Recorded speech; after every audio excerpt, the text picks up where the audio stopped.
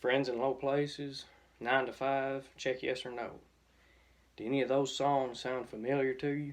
Chances are they do. These are some of the most well-known country songs of all time by the most famous country artists of all time. Although these singers have made millions from songs like these several years, like everybody else in the world, they had to have some influence.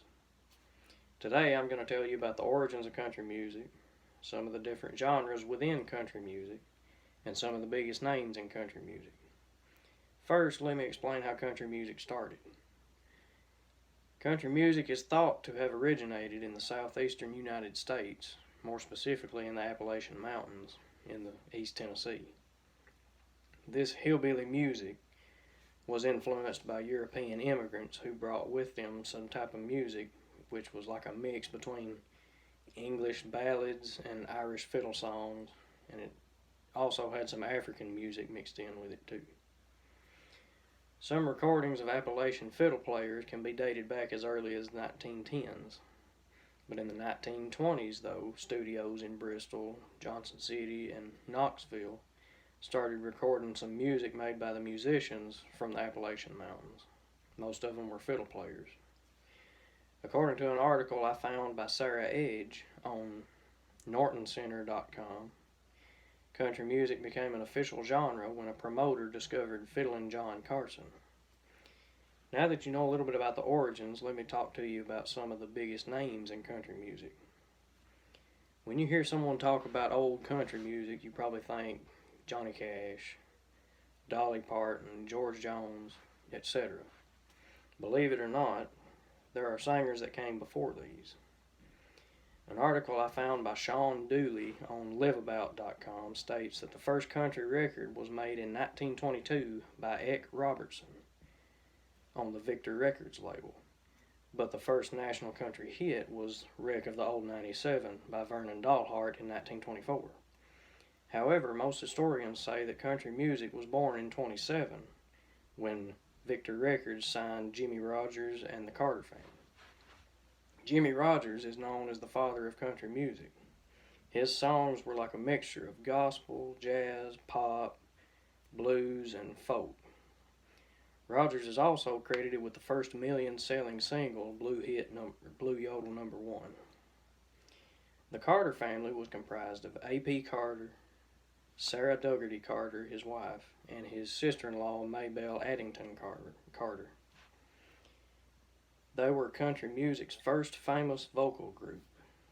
Keep on the Sunny Side and Wildwood Flower were two of their earliest hits, and they remain country music standards to this day. Those were some of the main people who started country music. Now let's talk about some of the genres in country music. One subgenre of country music is called bluegrass. Bluegrass is about the most hillbilly form of country music you can get. Most bluegrass bands are usually comprised of one or two guitars, a fiddle, a banjo, an upright bass, and sometimes a mandolin.